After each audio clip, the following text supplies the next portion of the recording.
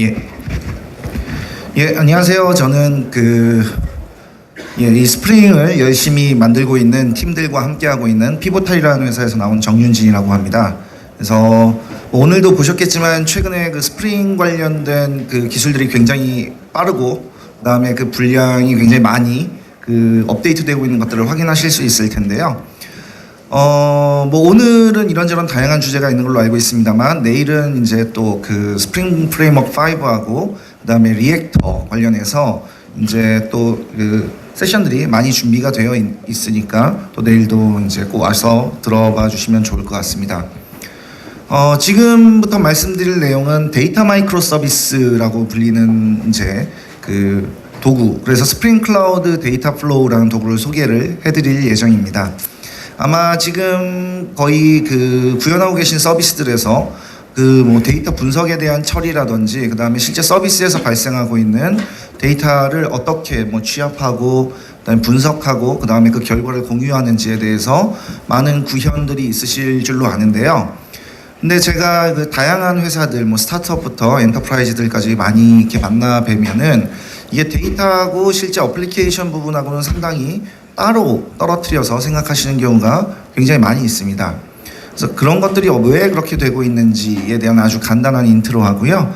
그 다음에 그런 거를 저희 스프링 팀에서는 그런 문제를 해결하기 위해서 어떻게 노력을 하고 있는지, 그리고 왜 이 스프링 클라우드 데이터 플로우 같은 도구를 소개하고 있는지에 대해서 이제 설명을 드리도록 하겠습니다. 네. 첫 번째로 이제 보여드리고 싶은 사진이 이겁니다. 이게 지금 최근 소프트웨어에 또는 데이터를 개발하고 있는 모든 회사들에서 가져야 될 마인드가 아닌가라는 생각을 하는데요. 이게 어떤 그 거대한 어플리케이션 또는 서비스를 한 번에 성공을 시키는 경우도 없고, 그렇다고 해서 그 어플리케이션이 한 번 장애가 발생했다고 해서 또는 특정 기능이 그렇게 인기가 없다고 해서 그 서비스가 완전히 망하는 것도 아니라는 겁니다.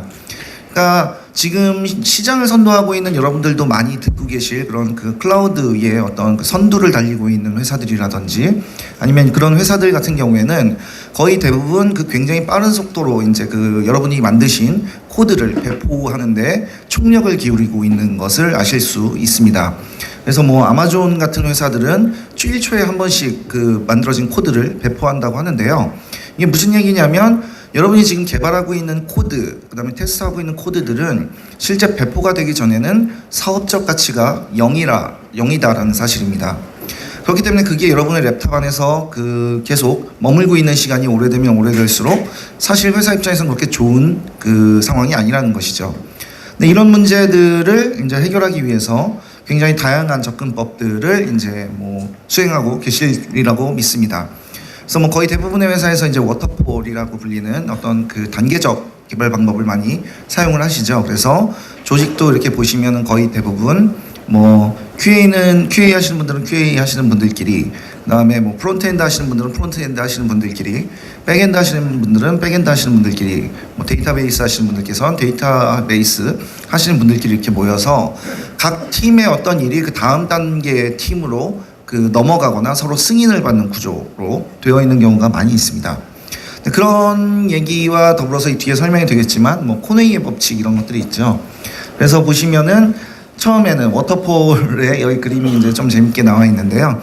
워터폴의 방식에서 그 다음에는 이제 에자일이다, 그 다음에 린이라는 방법, 그 다음에 이제 지속적인 그 코드, 그러니까 커밋 단위로 코드를 테스트하고, 그 다음에 그 테스트된 코드들이 릴리즈 캔디데이트에 모여 있으면 회사에서 또는 그 어떤 서비스에서 원하는 시점에 언제든 배포를 할 수 있는 이런 단계들을 지속적으로 개발해내고 있고요. 이 각각의 단계에는 굉장히 다양한 툴들이 있죠.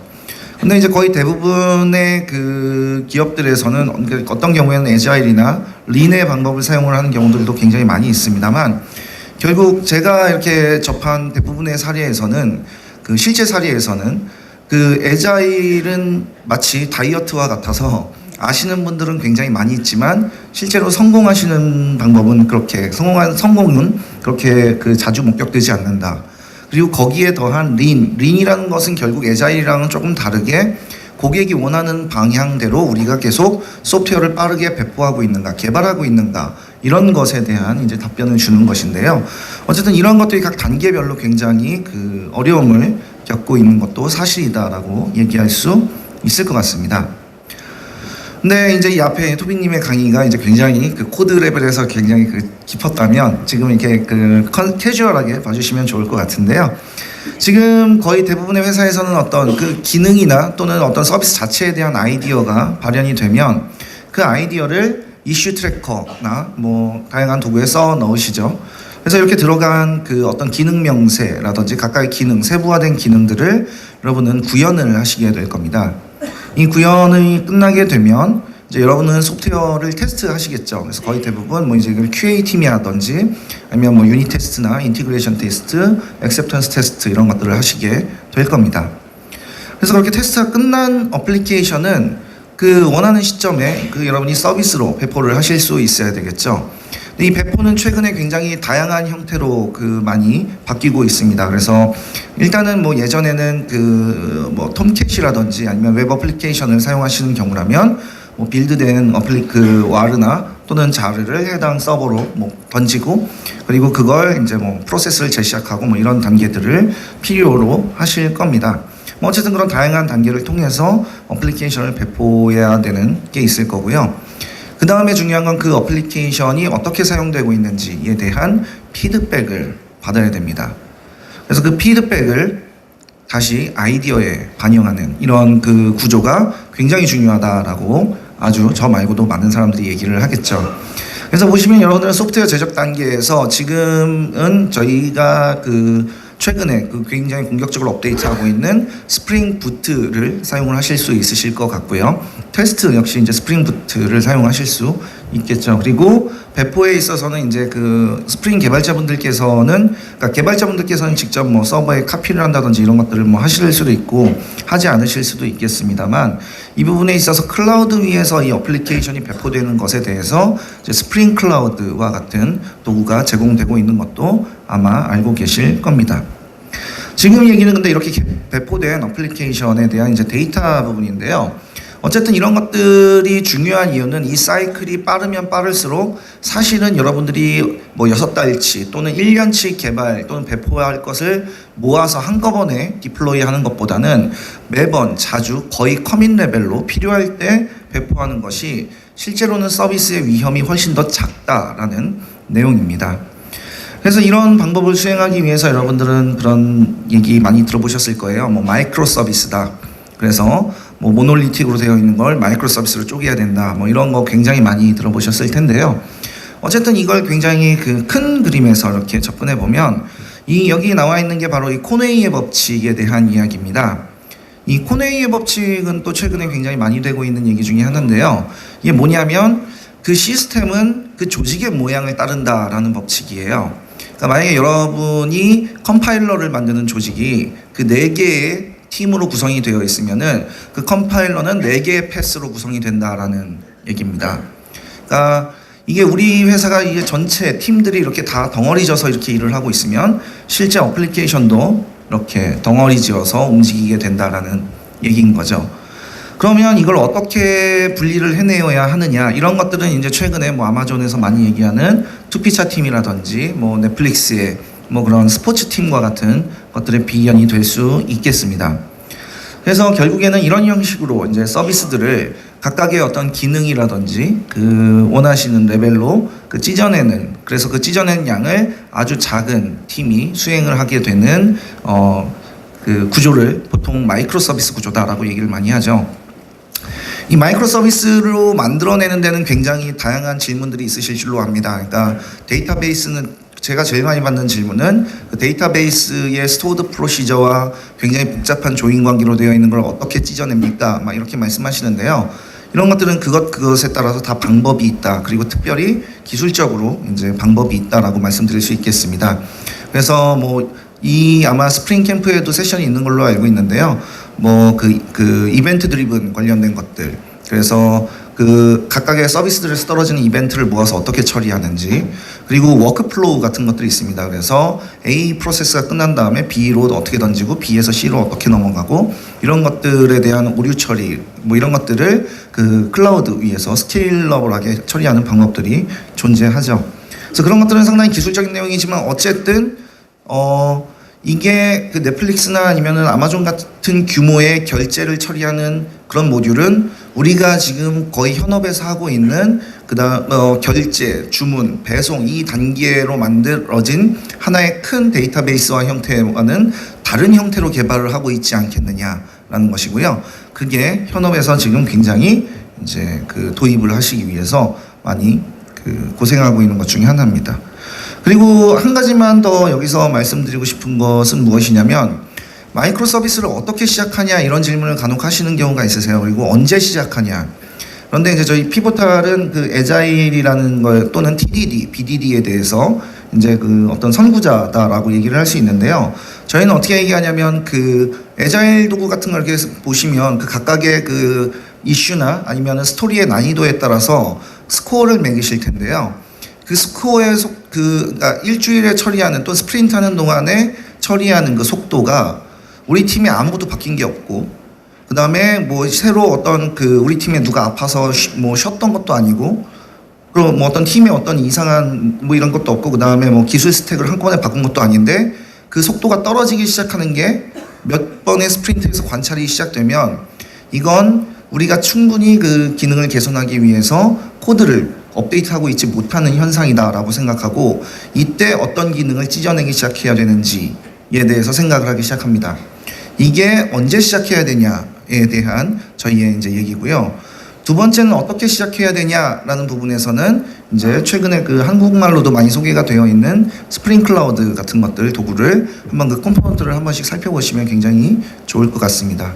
그래서 뭐 마이크로 프록시라든지 아니면 뭐 설정을 분리하는 컴피그 서버라든지 뭐 서비스 디스커버리 이런 것들을 기본적으로 배치를 하고, 여러분의 어플리케이션에서 제일 먼저 떼어낼 수 있는 것부터 한번 떼어내는 게 그 경험이 중첩이 돼야 그 가능한 일이다라고 말씀드릴 수 있을 것 같아요. 어쨌든 그렇습니다. 그래서 지금 뭐 거의 그 클라우드에 어플리케이션 배포하고 그런 다양한 방법들이 많이 있겠습니다만, 저희 같은 경우에는 이런 간단한 어플리케이션, 그러니까 커맨드를 통해서 이제 그 뭐 개발자분들께서는 그 빌드된 잘 파일을 그냥 업데이트만 하시면 되겠고요. 그래서 이렇게 클라우드에 간편하게 배포할 수 있는 다양한 방법들이 있죠. 그래서 최근에는 뭐 다커라든지 메조스라든지 큐버네티스라든지 뭐 아니면 클라우드 파운더리라든지 얀이라든지 뭐 굉장히 많은 도구들이 있습니다. 그런 것들은 여러분의 이제 어떤 기술 요건에 맞게 선택을 하시면 되고요. 그런 제가 말씀드렸던 아까 아이디어에서 그 스토리를 적고 개발하고 테스트하고 그다음에 배포하고 그다음에 데이터에 대한 피드백을 받는 데까지 이 사이클이 빠르면 빠를수록 여러분들께서는 그 더 고객과 가까운 서비스를 만드는데 더 이제 한 발 더 가까워지시겠죠. 그다음에 제가 한국에서 같이 일했던 회사 중에는 예전에, 지금은 그렇게 많이 이제 없습니다만, 그 데브시스터즈라고 해서 아마 게임 쪽에 그 쿠키런이라는 그런 게임을 만드신, 여기 와 계신지도 모르겠습니다만 어쨌든 그런 회사가 있었어요. 근데 예전에 같이 일할 때 보면은 이분들은 이제 뭐 매일 그런 것은 아닙니다만 퇴근하시기 전에 그날 오후에 개발한 코드를 그 배포 파이프라인에 넣어놓고요.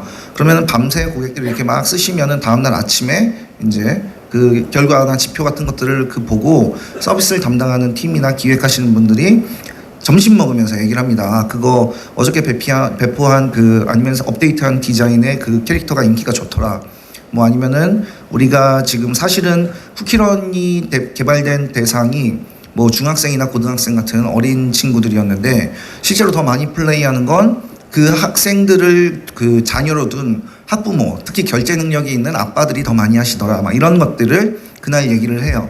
그러면 그걸 바탕으로 아이디어를 내고 다시 코드를 오후에 써서 그 배포 프로세스에 넣는 이런 것들이, 그러니까 항상 매일매일 그렇게 되는 것은 아니지만 거의 일주일에 몇 번씩. 그래서 여러분들께서 한 가지 이제 그 데브시스터즈의 사례에서 주목할 수 있는 것은, 이분들께서는 원래 모바일 게임이라는 것이 3개월 주기로 거의 그 흥망성쇠가 결정되는데 이분들은 거의 한 3년을 하셨습니다. 그래서 굉장히 인기가 좋게 서비스를 운영을 하셨었죠. 그런데 이런 것들을 왜 일반적인 회사에서 하기가 힘들었냐라고 보시면은 이런 부분이 있을 수 있습니다.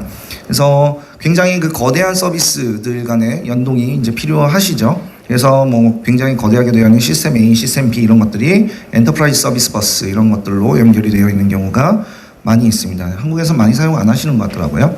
그래서 이런 서비스 중에 일부를 컨티뉴어스 딜리버리나 뭐 이런 것들을 이제 연동을 해서 배포를 하시는 게 있을 수 있고요. 그런데 여기서 이제 데이터를 분석을 해야 된다라는 요구 사항이 발생되면 어떻게 하시냐면 그 서비스에 달려 있는 데이터베이스, 마스터 데이터베이스를 그 복제를 하셔서 슬레이브로 또는 스탠바이로 거기서 데이터를 추출합니다. 거의 매일이라든지 아니면 뭐 야간에, 그러니까 서비스에 부하가 없는 시간에 이 데이터를 계속 추출해내서 ETL이라는 과정을 통해서 이만한 벌크 데이터를 이제 데이터 웨어하우징에 넣는 것이 굉장히 일반적이죠. 스타트업의 경우라면은 이게 데이터 웨어하우징이라고 하는 게 사실 별로 그렇게 특별한 데이터베이스는 아닙니다. 그냥 마이스퀄이나 포스트그레스 SQL 쓰시는 경우가 많이 있는데요. 이 DW라고 하면은 이제 이게 그 데이터베이스가 분석을 위한 용도로 이제 그 병렬 처리가 가능한 뭐 이런 이제 데이터 웨어하우징 도구죠. 데이터베이스입니다. 그런데 여기에서의 문제는 뭐냐면 여러분들이 이게 만약에 반도체 공장, 여기가 삼성 SDS니까요. 이를테면 반도체 공정이라고 생각해 보시면은 뭐 관련 어플리케이션 만드시는 분들도 계실 수 있겠습니다만, 그러면 라인에서 계속 떨어지고 있는 센서 데이터가 저희하고 같이 일하는 분들은 거의 초당 400만 개의 그 센서 데이터가 떨어지거든요. 그러면은 초당 400만 개의 센서 데이터를 일단 어디선가 받아야 되고요. 그러면 그걸 받은 걸 한꺼번에 벌크로 땡기면 이쪽에 문제가, 그러니까 원래 그 센서 데이터를 떨구는 쪽에 다시 문제가 생기기 때문에 거기에 문제가 안 생기는 속도로 계속 이렇게 가져오려면 하루 정도가 걸린다고 합니다. 그러면 그 하루 정도가 걸린 걸 다시 가져와서 이제 뭐 하둡이라든지 이런 데다 넣고 분석을 돌리고 그다음에 원하는 이런 그 데이터 웨어하우징에 넣는데 한 7일, 8일 이렇게 걸리시는 경우가 되게 많이 있어요. 이건 산업별로 틀릴 것이고 아마 이게 형태는 다르지만 리테일 그러니까 그 뭐 커머스 서비스든 아니면 어떤 웹 기반의 서비스든지 간에 아마 비슷한 문제가 있으실 겁니다. 그래서 결국엔 DB 레벨에서 뭔가 처리하려고 하는 경우에 이제 시간이 오래 걸리는 문제가 있겠고요. 그 다음에 더 중요한 것은 최근에 많이 얘기되고 있는 이게 그 데이터 웨어하우징 도구의 그 데이터가 적재가 되고 나면 이걸 기반으로 패턴을 찾는 것들을 굉장히 많이 하시죠. 그래서 수학 모델을 만들어내는 이런 것들을 하게 됩니다. 그래서 그럼 이걸 가지고 어떻게 하게 되냐면 이를테면 이 뒤에 이제 소개가 되겠습니다만 어떤 그 특정 사용자가 우리 회사의 결제를 뭐 A 지역과 B 지역에서 했는데 그게 카드 결제였고 그게 사실 그 물리적으로 사람이 이동할 수 없는 거리에 내에서 결제가 거의 그 굉장히 그 민타임 내에 수행이 됐다면, 그러니까 여기서 서울에 사는 사람이 부산 가서 카드 긁었는데 서울의 어떤 음식점에서 긁고 그 다음에 부산 가서 한 30분 후에 긁었다면 이건 이상 트랜잭션이 있다라고 얘기를 할 수 있겠죠. 그래서 이런 것들을 이제 패턴을 찾아내고 실제 그 트랜잭션이 발생했을 때 다시 그 얼럿을 만들어낼 수 있는 이런, 결국에는 이게 바로 머신러닝이라고 얘기되는 아주 간단한 그 아주 기초적인 그런 패턴의 적용을 이런 구조에서는 어떻게 해낼 수 있겠느냐라는 게 이제 이 세션의 질문이 되겠습니다. 그래서 마이크로 서비스다라고 하면 굉장히 어렵게 생각하실 수 있는데요. 기본적으로는 이 아래에 보이시는 게 바로 그 리눅스 커맨드의 파이프라인입니다. 그러니까 여러분들은 그 어떤 경우가 그 뭐 PS하고 LS하고 그다음에 뭐 AWK라든지 이런 그 어떤 시스템이 제공해주는 각각의 커맨드를 보통 조합해서 쓰시지 이걸 하나의 덩어리로 C로 컴파일해서 쓰시는 경우는 사실 거의 없으실 겁니다. 그죠? 그런데 그게 필요하다고 하면 이제 스크립트나 이런 것들을 쓰시게 되는데 결국엔 커맨드 라인에서 보시는 파이프를 통해서 앞에 있었던 수행된 그 기능만을 목적으로 한 어플리케이션이 결과를 떨어뜨려 주면 그 결과를 그 다음 어플리케이션으로 전달하고 그게 다시 그 다음 어플리케이션은 자기가 잘하는 걸 수행을 하고 그리고 그걸 결과적으로 이제 원하는 결과 값을 한 줄로 내놓는. 그래서 이건 보시면은 뭐냐면 뭐 IP 그 내가 지금 쓰고 있는 그 시스템의 IP를 그냥 보는 간단한 쉘 스크립트입니다. 그러니까 그 커맨드의 조합으로 이루어져 있고요. 그런데 생각해 보시면 제가 여기서 결과가 마음에 안 들어서 고치고 싶다거나 아니면 특정 커맨드를 뭐 이를테면 AWK를 SED로 바꾸고 싶다거나 이런 것들이 발생할 수 있겠죠. 그러면 그때 여러분들은 그냥 커맨드 라인에서 그 어플리케이션을 바꿔치기하고 필요한 파라미터를 넣고, 그죠? 그 다음에 바로 다시 엔터를 쳐보면 됩니다. 이게 지금 이 시간에 설명드릴 것의 가장 기본적인 컨셉이라고 보시면 돼요. 그리고 이 각각의 커맨드들은 그 스프링 부트 어플리케이션으로 여러분들이 만드실 수 있는 거고요. 그러면 그 각각의 스프링 부트 어플리케이션은 카프카라든지 아니면 데이터 웨어하우징이라든지 아니면은 여러분들이 알고 계신 다양한 클라우드 서비스가 제공하는 그런 빅쿼리라든지 텐서플로우라든지 이런 것들이 있겠죠. 각각이 잘하는 역할을 끼워 넣고 그 다음에 마지막으로 이 조합을 해주는 이 툴이 스프링 클라우드 데이터 플로우다, 이렇게 보시면 되겠습니다. 그래서 거의 대부분의 여러분이 데이터를 처리하시는 이런 구조, 파이프라인의 구조를 보면은 이렇게 되어 있습니다. 앞에 데이터의 유입이 되는 부분이 있고요. 그 다음에 그걸 소스라고 보통 많이 부릅니다. 그래서 처음에 데이터가 유입되는, 이를테면 시슬로그라든지 아니면은 JDBC라든지 아니면 인메모리 데이터 그리드라든지 카프카라든지 다양한 것들이 있을 수 있죠. 거기서 데이터를 받고 그 뒤에 다단계의 굉장히 다양한 단계의 프로세싱 스텝이 있을 수 있습니다. 그래서 맨 처음에는 제이슨 필터를 수행하고 그 다음에는 이거를 분리를 해내서 이거는 대시보드로 가고 이거는 데이터 웨어하우징으로 가고 이건 오브젝트 스토리에 저장하고 이런 다양한 프로세싱 단계를 거친 다음 마지막에 이제 원하는데 카산드라라든지 공유를 위해서 레디스라든지 이런 데다가 이제 넣는 이런 과정을 적용할 수 있는데요. 그런데 이걸 거의 대부분의 회사에서는 하나의 큰 덩어리 어플리케이션으로 만들어냅니다. 그렇기 때문에 좀 전에 말씀드린 것처럼 저 프로세싱 단계 중에 하나를 변경하려면 굉장히 오랜 시간이 필요하거나 또는 앞 단계에, 그러니까 그런 경우가 되게 많은데요. 우리가 지금 보고 싶은 컬럼을 하나 더 소스 레벨에서 추가를 하게 되면 이 뒤에 있는 모든 프로세스들의 어플리케이션이 같이 바뀌어야 됩니다. 그죠? 그런 경우가 많이 있겠죠.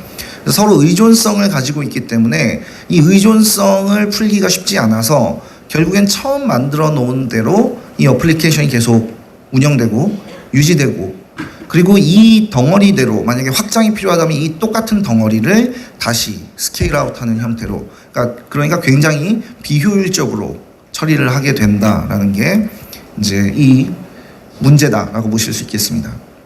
그런데 이게 비단 여러분의 데이터 센터에서 동작하는 것뿐만이 아니라 이런 다양한 클라우드 서비스, 아마존 웹 서비스라든지 구글 컴퓨터 플랫폼이라든지 오픈스택이나 VM웨어 이런 다양한 환경에서 동작을 해야 된다고 했을 때 첫 번째는 어떤 문제냐면 업그레이드나 확장, 그다음에 재배포 이런 것들이 문제일 수 있습니다. 그죠?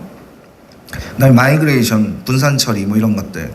그래서 실제로 제가 스프링 부트의 이제 이건 장점과도 일맥상통하는 부분이 있는데요.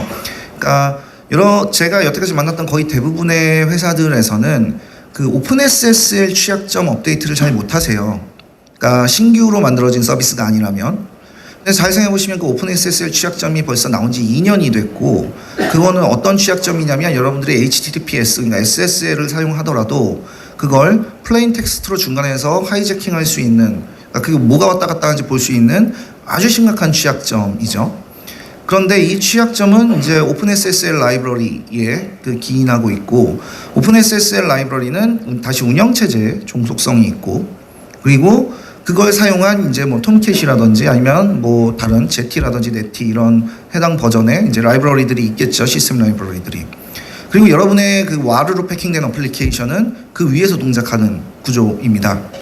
그런데 지금 시스템 라이브러리를 만약에 업데이트하게 되면 그러려면 커널의 업데이트, 그러니까 OS의 업데이트가 필요하고, OS의 업데이트를 해서 커널이랑 그 다음에 웹 어플리케이션 서버까지는 올렸는데 어플리케이션이 그 버전에서 제공하는 웹 어플리케이션 서버 위에 동작할 수 없는 경우들이 있어요. 그러면 못 올리는 겁니다. 그러니까 서로 의존성 때문에.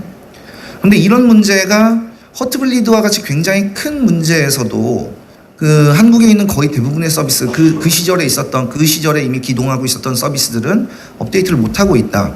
근데 이런 것들을 이제 처리해 줄 수 있는 아주 획기적인 도구가 특히 자바 진영에서는 스프링 부트 같은 것이죠. 왜냐면 저희는 이제 make jar not war라는 얘기를 많이 하고 있는데요. 그러니까 와르로 패킹하지 말고 자르, 자르로 패킹을 하시게 되면 그 안에 그 어떤 여러분의 그 어플리케이션을 구동하기 위한 모든 것들이, 그러니까 그 톰캣까지, 심지어 톰캣이나 언더토우, 그 다음에 제티 이런 것들까지 그 인베드에서 들어가기 때문에 결국은 잘 생각해 보시면 이게 다커가 제공하고 있는 장점과 동일한 것이다라고 보실 수 있겠습니다.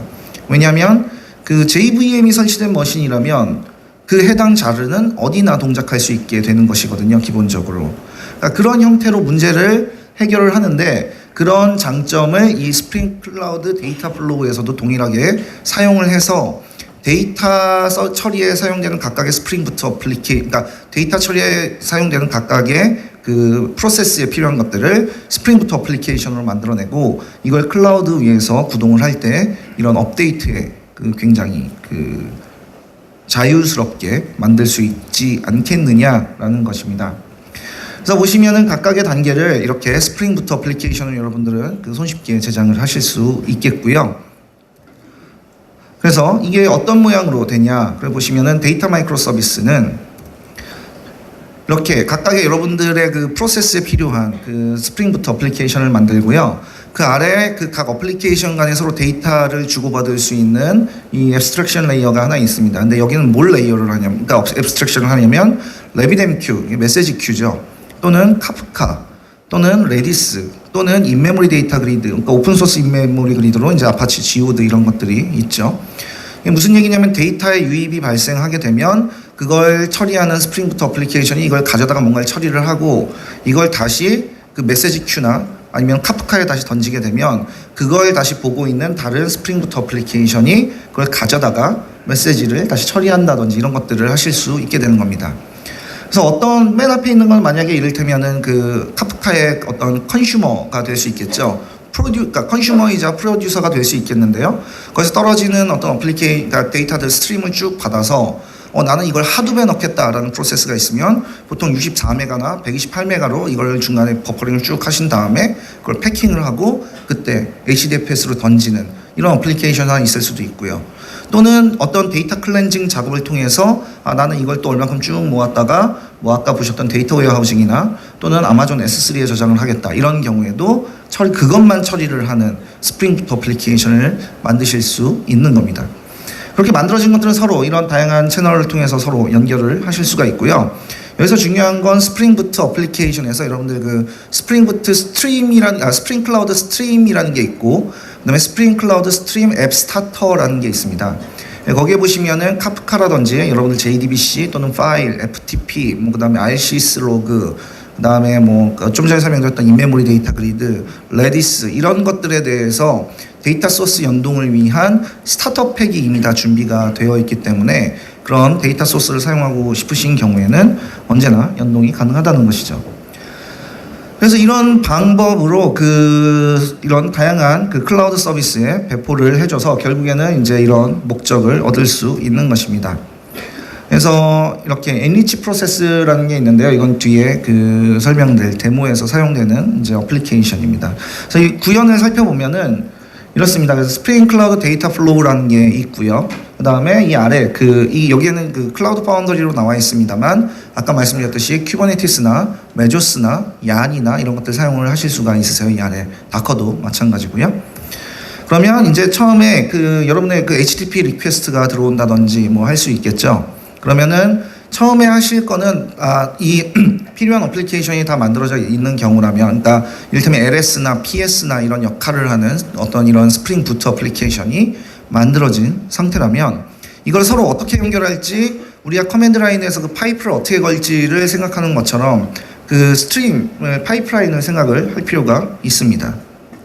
그래서 보시면 HTTP가 들어오면 난 처음에 JSON 필터를 적용할 거고, 그 다음에 이거에 대해서 트랜스폼을 수행할 건데, 이 트랜스폼은 어디서 수행할 거냐? 나는 스파크로 처리를 하겠어 라는 요구사항이 있을 수 있습니다. 그러면 이렇게 처리가 된 결과를 가지고 나는 이제 내가 원하는 커스텀 엔리치라는 건 여기서 커스텀 어플리케이션이라고 생각을 하시면 되고요. 그 아래도 이제 다른 커스텀 어플리케이션이 있을 수 있습니다. 그래서 위에는 이 결과 값으로 뭔가 문제가 되는 걸 그 인메모리 데이터 그리드에 넣어서 대시보드나 이런 데서 참조를 할 수 있게끔 다른 클라이언트들이 참조를 하게끔 할 거고, 그다음에 그렇게 결과가 끝난 것에 대해서는 다시 다로 T의 형태죠, 여기선. 그래서 이 T의 형태로 그 트랜스폼이 끝난 결과에 대해서 다시 커스텀 데이터베이스, 데이터 웨어하우싱 도구나 이런 데에 넣을 수 있는 파이프라인을 이렇게 그린 겁니다. 그리고 이 파이프라인을 그릴 때 저 각각의 그 제이슨 필터나 트랜스폼이나 엔리치 이런 것들은 각각의 스프링 부트 어플리케이션으로 생각을 하실 수 있고요. 그러면 어플리케이션 가지고 파이프라인까지 만들었으면 뭘 해야 되냐면 배포를 해야겠죠. 그죠? 그때 이 스프링 클라우드 데이터 플로우가 디플로이라는 그 인터페이스를 제공합니다. 그러면 그때 이제 그 각 스프링 부트 어플리케이션들은 여러분들이 원하는 클라우드 환경에 배포가 되고, 각각의 어플리케이션 여러분이 원하는 대로 오토 스케일링이나 이런 것들을 처리를 하실 수 있겠죠. 그래서 각각의 어플리케이션은 이제 지금 보시면은 카프카를 통해서 연결이 되어 있습니다만, 이런 그 데이터 소스 간의 연동은 여러분이 원하시는 입맛에 따라서 그 사용을 하실 수 있겠다라는 게 스프링 클라우드 데이터 플로우라는 애가 해주는 거예요. 그래서 다시 한번 살짝 정리를 하면 스프링 클라우드 데이터 플로우는 여러분들이 각각 만든 스프링 부트 어플리케이션들을 이 툴에 레지스터를 하고, 그걸 바탕으로 여러분이 원하는 파이프라인을, 데이터에 대한 파이프라인을 제작을 하시고, 그 다음에 그게 끝난 경우에 마지막에 디플로이를 누르게 되면 그걸 클라우드 환경, 여러분이 아까 제가 말씀드렸던 다양한 클라우드 환경에 배포를 해주는 것이 바로 이 스프링 클라우드 데이터 플로우가 하는 일이다 라고 보시면 되겠습니다. 그래서 여러분들은 이제 스프링 부트라는 도구를 가지고 계시고요. 그 다음에 이제 스프링 클라우드 해서 뭐 넷플릭스 도구나 트위터의 도구나 이런 다양한 도구들을 사용을 하실 수 있겠죠. 그래서 여기 보시면은 이게 스프링 클라우드 데이터 플로우의 그 웹 콘솔이에요. 화면이에요. 그래서 보시면 그 맨 위에는 이제 그 지금 스트림을 만드는 작업을 하고 있는데요. 보시면은 이 위에는 커맨드 라인처럼 아까 제가 말씀드린 것처럼 어플리케이션과 어플리케이션이 파이프로 연결이 되어 있습니다. 그리고 그 아래는 이걸 도식화하는 게 나타나는데요. 이건 드래그 앤 드랍을 바탕으로도 만드실 수 있으세요. 그래서 뭐 왼쪽에 맨 처음에 내가 FTP로 만들었고 뭐 이제 어떻게 하고 뭐 이런 것들을 쭉 이 스트림을 만들어 내실 수 있는 것이죠. 그래서 이거는 제가 이 페이지를 이제 그냥 긁어다 붙였는데요. 맨 아래 보시면은 이 링크가 있으세요. 그래서 그냥 그 스프링 클라우드 스트림 앱 스타터스라고 하면 그 이게 어떤 과정을 통해서 소스와 프로세스와 싱크를 처리할 수 있는 툴들이 무엇인지, 그러니까 이를테면 그런 것도 가능합니다. 여러분들이 RCS 로그로, 그러니까 결국에는 시스템 로그들이 막 많이 떨어지잖아요. 각각의 뭐 컨테이너나 아니면 버추얼 머신에서.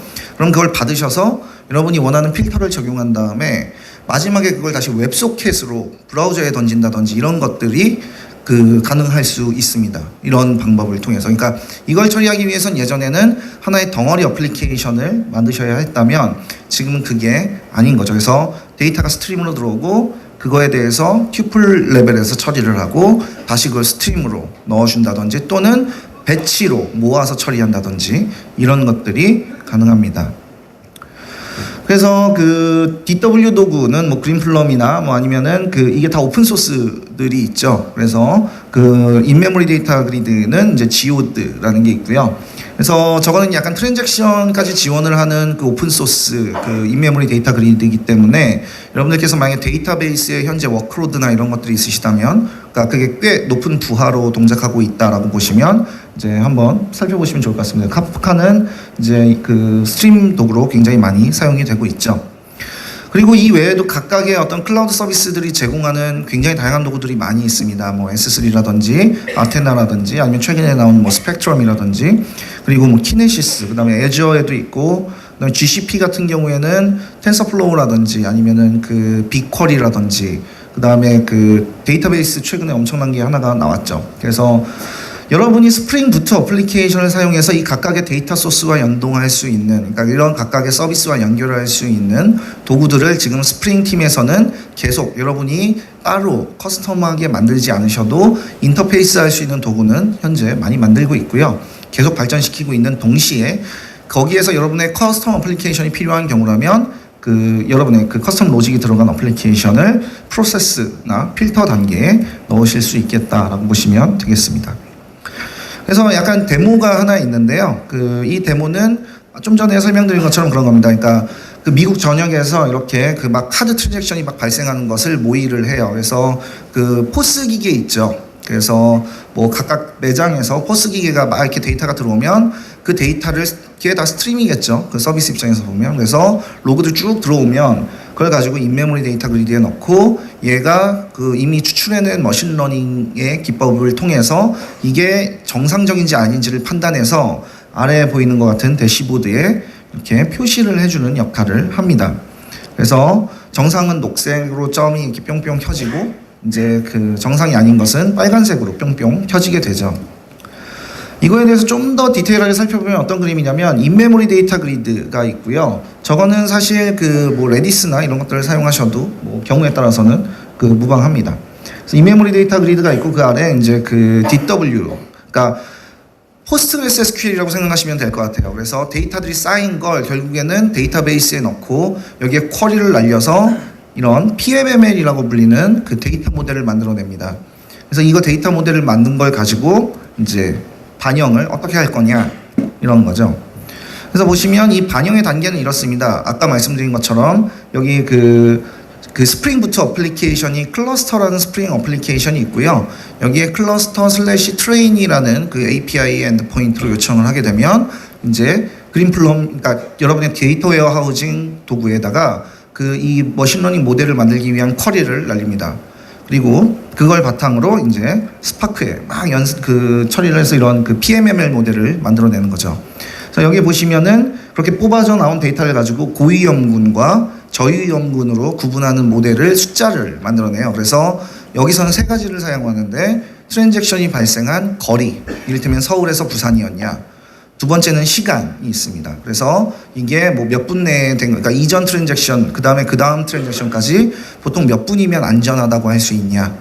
그 다음에 세 번째는 비용입니다. 이게 이를테면 10원짜리였냐, 아니면 1000원짜리였냐, 뭐 10만원짜리였냐, 이런 거에 따라서 고위험, 저위험, 이런 것들, 미디엄으로 구분을 해내는 수학 모델을 만들어낸 다음에 이걸 어떻게 하냐면, 이제 그 레디스에 저장을 합니다. 구조적으로는. 그래서 레디스에 저장된 이런 그 모델을 참조하는 PMML 스프링 부트 어플리케이션이 있는 것이고요. 이 스프링 부트 어플리케이션은 지금 이 스프링 클라우드 데이터 플로우를 통해서 처음에 인메모리 데이터 그리드에서 빠져나오는 데이터를 그 NH라는 데서 나눕니다. 이렇게. 그래서 하나는 그냥 로그 처리하고 하나는 여기 머신러닝 모델에 반영하는 형태로 번지는 것이죠. 그럼 얘는 이걸 가지고 가져온 모델을 가지고 그 데이터를 계속 비교를 하는 역할만 합니다. 그러다가 이제 그 어떤 필터가 떨어지는 것들은 로그로 던지고 뭔가 문제가 되는 것들은 이제 대시보드에서 참조할 수 있는 필터에 넣는 것이죠. 그래서 이 필터로 적용된 것은 다시 그 트랜잭션을 계속 그 실시간으로 들어올 때마다 이 필터에 있는, 그러니까 검증된 내용을 바탕으로 계속 그 이제 문제가 있는지 없는지 이런 것들을 보여주게 됩니다. 그래서 그런 어플리케이션이다라고 보시면 될 것 같고요. 이거는 그 GitHub으로 이미 존재하고 있습니다. 그래서 여러분들께서는 그 제가 나중에 이제 드릴 텐데요. 이렇게 그 저희 스프링 팀 중에 한 명인 그 프레드 멜로라는 친구가 있는데 이 친구가 그 데이터를 굉장히 잘하는 친구입니다. 그래서 이 프로드 디텍션 그리고 이걸 마이크로 서비스 구현한 모델 이렇게 있고요. 그래서 여기 보시면은 이제 그 이 각각이 그 여기 클러스터링 서비스는 예? 엄마. 예. 저만 보고 있었네요. 예. 네.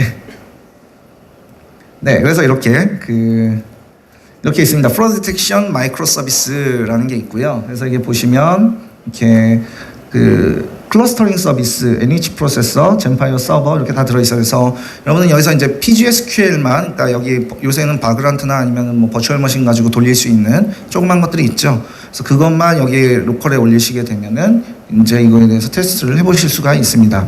보시면 클러스터링 서비스 같은 경우에는 아까 말씀드린 것처럼 머신러닝 모델을 만드는 것과 그 다음에 이거를 그 레디스에 저장을 해놓고 그 PMML 모델을 참조를 하게끔 하는 그런 게 있죠.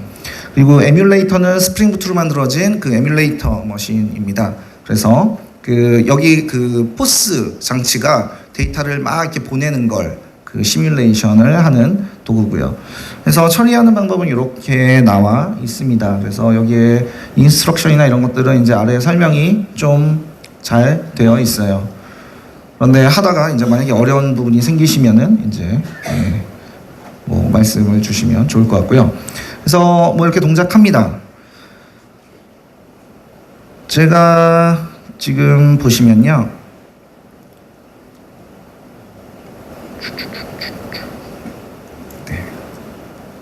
이게 이제 스프링 클라우드 앱 스타터 프로젝트고요. 역시 이제 검색하시게 되면 이렇게 쭉 나와 있습니다. 그래서 지금 보시면 앞에 파일이나 FTP나 뭐 이 중에 하나는 거의 대부분 다 사용을 하실 가능성이 높을 것 같고요. 그리고 그 다음에 이제 싱크는 결국엔 그 어떤 연산이 끝나고 데이터를 넣을 때 뭐 이제 카산드라라든지 파일이라든지 젠파이어라든지 또는 맨 밑에 이렇게 웹소켓 같은 것들이 있어서 바로 이제 구현을 하실 수 있겠죠.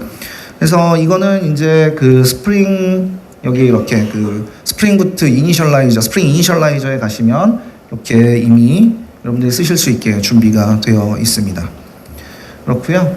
그리고 이건 저희 팀이고요. 그래서 이 친구 그 아마 스프링 사용자 그룹에서 많이 보실 텐데 이 친구하고 그다음에 이분이 이제 스프링 부트 프로젝트를 시작하신 분이죠.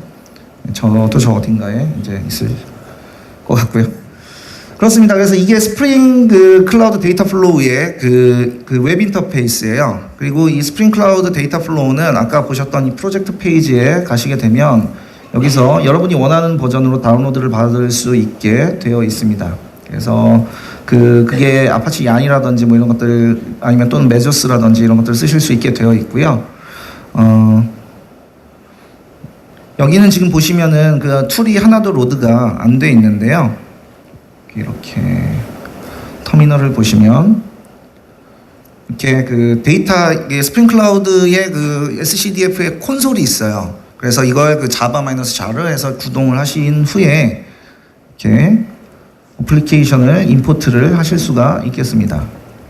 그러면 이제 좀 전에 보셨던 그 스타터 앱이 여기에 다 로드가 된 상태가 되는 것이고요. 그래서 이렇게 보시면 좀 전에는 없었는데 이렇게 생겼죠.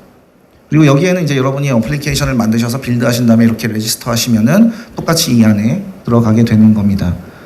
그래서 내가 스트림을 만들겠다 그러면 여기서 좀 전에 보신 것처럼 크리에이트 스트림으로 여기 나는 맨 처음에 FTP에서 유입을 받을 거고 FTP에서 유입을 받을 거고 뭐 프로세스는 여기서 잘 안 보이는데 뭐 이렇게 있고 맨 끝에는 뭐 카산드라나 뭐 이런 거에 넣겠다 그러면 맨 끝에 뭐 이런 식으로 만드실 수 있겠죠. 그래서 아주 멋있게 이렇게 서로 연결을 하고요. 그러면 여기에 이제 디테일을 지정하실 때 이렇게 이제 디테일을 지정을 하실 수 있습니다. 그래서 보시면은 여기 위에 보시면 이렇게 이게 만들어졌죠. 확대가 안 되네요.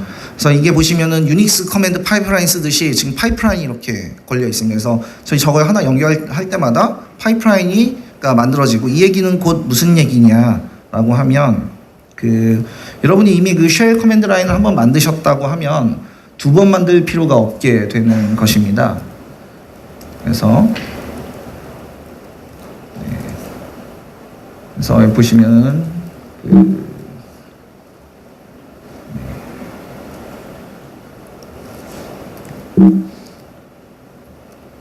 이렇게 보시면 저는 이미 스트림에 대한 파이프라인을 이렇게 만들어 놨죠. 이게 좀 전에 그 말씀드렸던 데모에서 사용되는 그것인데요. 이렇게 만들어 놓은 걸 가지고 여기서 이렇게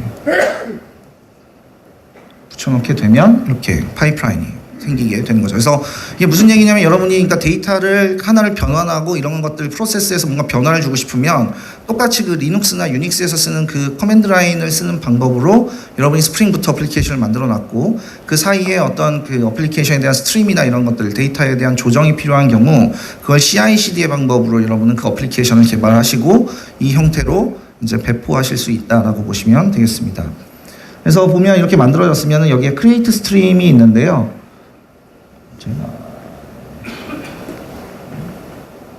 그러면 여기 이제 디플로이 스트림이라는 게 있는데 이 디플로이를 누르면서 크리에이트 하면 이제 바로 이게 배포가 되면서 만들어지게 되고요. 그게 아니라 이걸 찍지 않고 그냥 크리에이트하면 논리적으로만 만들어지고 배포는 이 뒤에 다른 메뉴에 있는 이제 여기 런타임이나 이런 데 이제 리스트가 있어요. 거기서 원하시는 걸 배포하거나 지우거나 하실 수 있습니다. 그래서 그런 형태로 그 배포를 하기를 누르기로 하면은 이렇게 그 어플리케이션이 배포가 됩니다. 그래서 여기서는 이제 데모에 사용되는 어플리케이션들이 있는데요. 웹 콘솔은 이제 아까 보셨던 그 미국 지도가 이렇게 나온 애고, 그 다음에 그 미국 지도가 나오지 않고 여기 앞에 그 SCDF, 그러니까 데이터 이렇게 써 있는 것들은 이게 다 스프링 클라우드 데이터 플로우를 통해서 배포된 어플리케이션이다라고 보시면 되겠습니다. 그래서 다시 설명드립니다만 이거는 이제 피보탈 클라우드 파운더리에 올라가 있는 것이고, 이것 외에도 메조스나 아니면은 뭐 큐버네티스나 이런 도구에도 이렇게 배포를 할 수 있기에 아예 스프링 클라우드 데이터 플로우의 바이너리가 있습니다. 그래서 제가 지금 할 건 트래픽을 이제 시뮬레이션을 해볼 거예요. 근데 뭐 보면은 사실 별건 없어 보입니다만, 네, 이렇게 지도가, 미국 지도가 이렇게 있고요. 그래서 사실은 시간이 되면은 코드도 이제 설명을 드리려고 이 코드가 준비가 되어 있는데, 그거는 기트허브에서 참조를 해보시면 좋을 것 같습니다. 그래서 미국 지도가 있는 상태에서 그 에뮬레이터로 돌아가서요.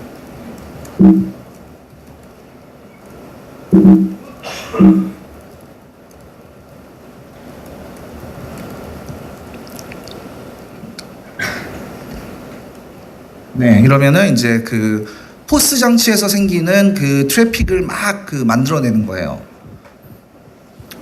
네, 부트 어플리케이션이죠. 그러면 러닝 셋업 어쩌고저쩌고 이렇게 쭉 나오고, 이게 어떻게 되는 거냐면 이 트랜잭션이 인메모리 데이터가 그리드로 들어갔다가 이제 그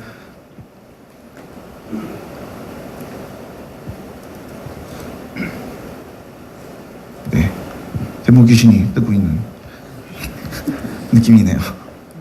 싹. 예. 그러면 이제 이게 하는 일은 뭐냐면 그 이제 처음에는 그냥 녹색으로 보여주기만 하다가요. 네.